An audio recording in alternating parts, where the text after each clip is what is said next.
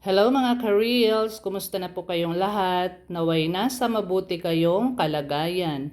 Magluluto po tayo ngayon ng tinolang tahong. Ang atin pong mga kailangan ay syempre ang ating tahong, ang ating malunggay, dahon ng sili, kamatis at luya, siling mahaba at onion, sibuyas, at ang ating bawang. Samahan niyo po ako guys, magluluto po tayo ng tinolang tahong.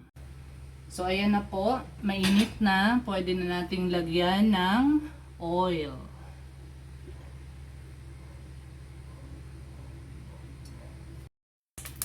So ilagay na po natin ang ating bawang.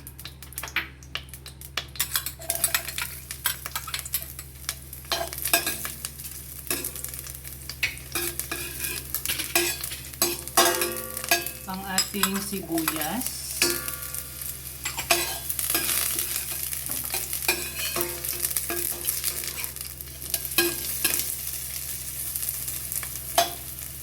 hintayin lang natin na mag light brown. Then isusunod na natin ang ating kamatis at ang ating luya.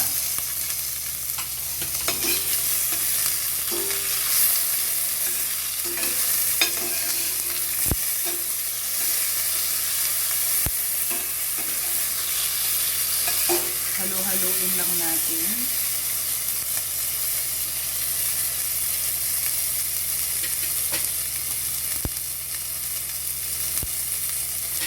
Pagkatapos, pwede na po natin ilagay ang ating tahong.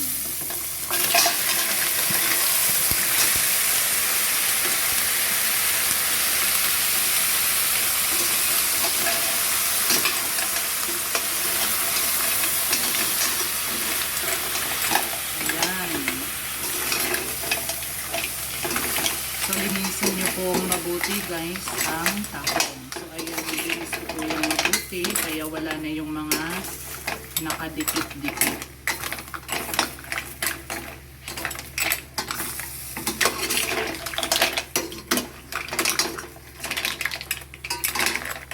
Ayan. So, pwede na po natin siyang lagyan ng tubig.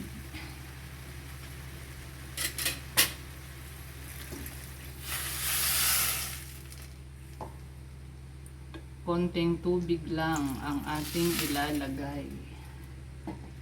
So ayan po. Hayaan lamang po natin na kumulo ang ating tahong. Ang tubig. Ayan po. So tatakpan na natin ang ating kaserola.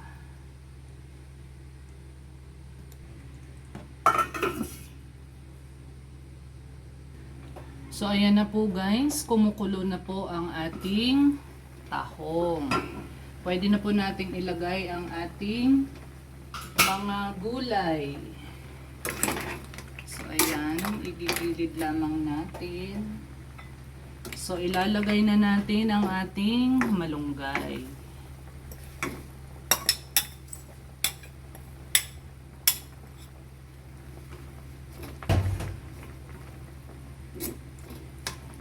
Isusunod natin ang dahon ng sili.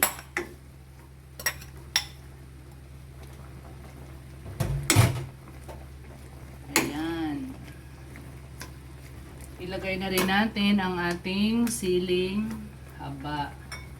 At titimplahan natin ng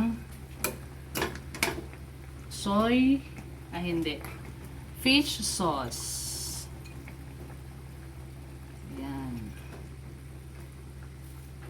So yun po ang aking panimpla. Instead of salt, fish sauce po ang aking gamit. So yun, halo-haloin lamang po natin. So ayan guys, kumukulo na. At luto na ang ating gulay.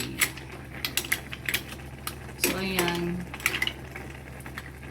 Lagyan na lang po natin ng pampalasa. Ayan.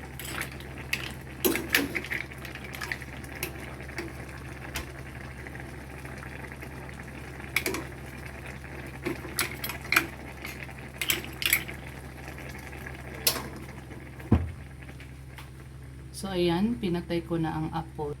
So, ililipat po natin sa ating serving bowl. Ayan, ang sarap. Kain na tayo. Lagyan natin ng gulay. Ayan. At sabaw. So, ayan po guys, ang ating tinolang tahong. Umuusok pa. Kain na po tayo. Thank you for watching guys. Maraming salamat sa pagsama. God bless.